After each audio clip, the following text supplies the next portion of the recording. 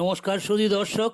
অনেক মাছ চাষি নার্সারি পুকুরে ডিম পোনা ছেড়ে কিছুদিন পরে যখন হাঁপা দিয়ে দেখেন বাচ্চার সংখ্যা অত্যন্ত কম, তখন একটা কথাই শোনা যায়, এবার আমার স্পনটা কেটে গেল।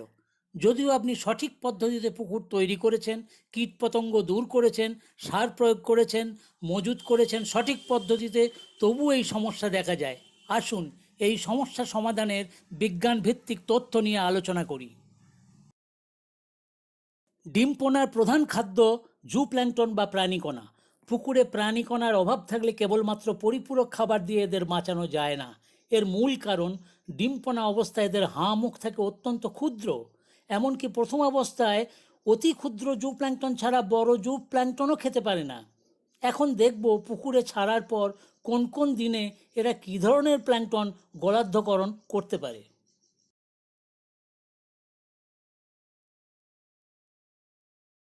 পুকুরে ছাড়ার পর 1 থেকে 4 দিন পর্যন্ত এরা কেবলমাত্র রটিফার খায়। রটিফারের মধ্যে ব্র্যাকিওনাস সবচাইতে এদের পছন্দসই খাবার। 5 থেকে 10 দিন পর্যন্ত এরা রটিফার খায়, আবার ক্ল্যাডোসেরাও খায়, কারণ তখন এদের হাঁ মুখটা একটু বড় হয়ে যায়। ক্ল্যাডোসেরার মধ্যে ময়না এবং ড্যাফনিয়া একটু ছোট অবস্থায় এরা খায়।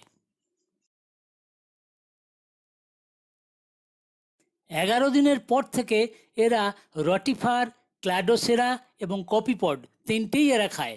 কপিপডের মধ্যে ডায়াপটোমাস এবং সাইক্লপস এরা তখন খেতে পারে, কারণ তখন এদের হাঁ মুখ অনেক বড় হয়ে যায়।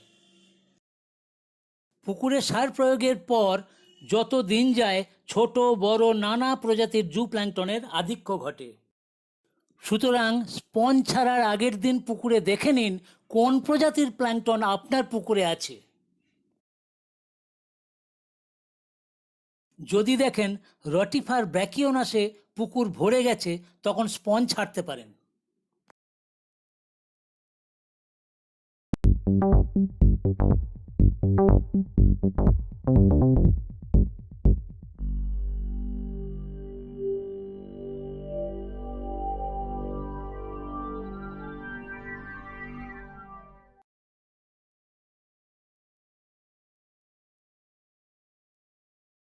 যদি দেখেন পুকুরে কপিপড গ্রুপের প্ল্যাঙ্কটন ডায়াপটোমাস ও সাইক্লপসে ভরে গেছে, তখন কিন্তু স্পঞ্জ ছাড়া যাবে না।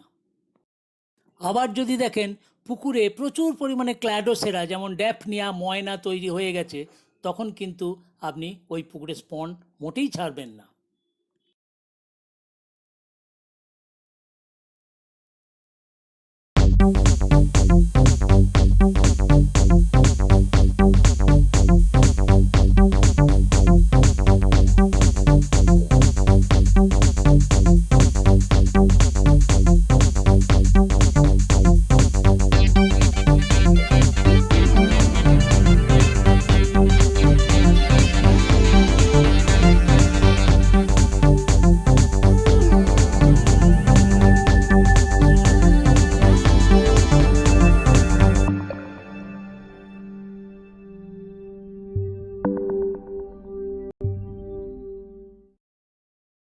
যদি দেখেন পুকুরে রটিফার ব্র্যাকিওনাসে ভর্তি হয়ে আছে, তখন আপনার কাজ হবে স্পঞ্জ ছাড়ার আগের দিন পুকুরে প্রতি 55 লিটার জলে রটিফার প্ল্যাঙ্কটন কত পরিমাণে আছে সেটাও দেখে নিন।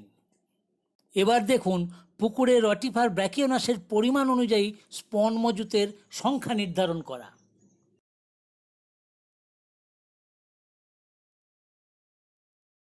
এই টেবিলটির বাঁ দিকে দেওয়া আছে প্রতি 55 লিটার জলে প্ল্যাঙ্কটনের পরিমাণ কত, এবং ডান দিকে দেওয়া আছে স্পন মজুতের সংখ্যা প্রতি বিঘায় কত হবে।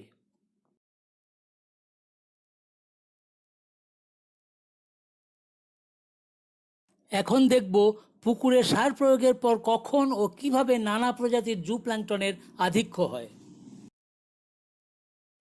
সার হিসেবে দেওয়া হয় জৈব সার যেমন গোবর, এবং রাসায়নিক সার ইউরিয়া ও সিঙ্গেল সুপার ফসফেট। জৈব সার প্রয়োগ করলে 50 থেকে 60% জৈব বস্তু জলে ঝুলন্ত অবস্থায় থাকে, মানে সাসপেন্ডেড কন্ডিশন, আর 40 থেকে 50% জৈব বস্তু মাটিতে থিতিয়ে পড়ে। এই পচনশীল জৈব বস্তুর পচন ক্রিয়া হয় নানা প্রকার ব্যাকটেরিয়া ও ছত্রাক দ্বারা। পচনের ফলে জৈব বস্তু থেকে নাইট্রোজেন, ফসফরাস, পটাশ, সার উপাদানগুলি জলের সাথে মেশে। একইভাবে ইউরিয়া ও সিঙ্গেল সুপার ফসফেট থেকেও এগুলি জলে মেশে। ফাইটোপ্ল্যাঙ্কটন এনপিকে শোষণ করে ও সংখ্যায় বাড়তে থাকে। আবার জৈব বস্তুর পচনের সময় ব্যাকটেরিয়ার সংখ্যাও প্রচুর পরিমাণে হয়। এই ব্যাকটেরিয়া ও ফাইটোপ্ল্যাঙ্কটন খেয়ে প্রোটোজোয়ার সংখ্যাও বাড়তে থাকে। এরপরই রটিফারের সংখ্যা বাড়তে থাকে, কারণ এদের খাদ্যগুলি হলো ব্যাকটেরিয়া, জৈব বস্তু, প্রোটোজোয়া ও এককোষী ফাইটোপ্ল্যাঙ্কটন যেমন ক্লোরেলা। রটিফারের পর আসে ক্ল্যাডোসেরা, ড্যাফনিয়া ও ময়না। এদের আধিক্য তখন বাড়তে থাকে। এরা খায় ব্যাকটেরিয়া, রটিফার, জৈব বস্তু, প্রোটোজোয়া ও এককোষী ফাইটোপ্ল্যাঙ্কটন।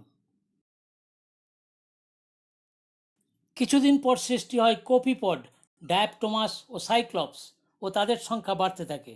এরা খায় ব্যাকটেরিয়া, রটিফার, জৈব বস্তু, প্রোটোজোয়া ও ফাইটোপ্ল্যাঙ্কটন।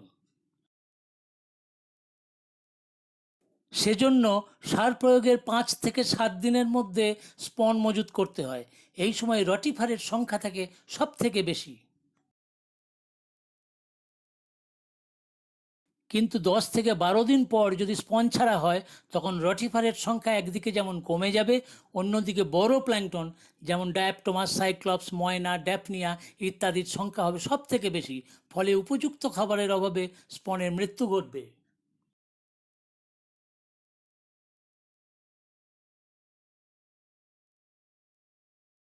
সুতরাং ডিম পোনার বাঁচার হার বাড়াতে ও ধানি পোনার উৎপাদন সর্বশ্রেষ্ঠ পেতে হলে এই বিষয়গুলি সঠিক পদ্ধতিতে করতে হবে।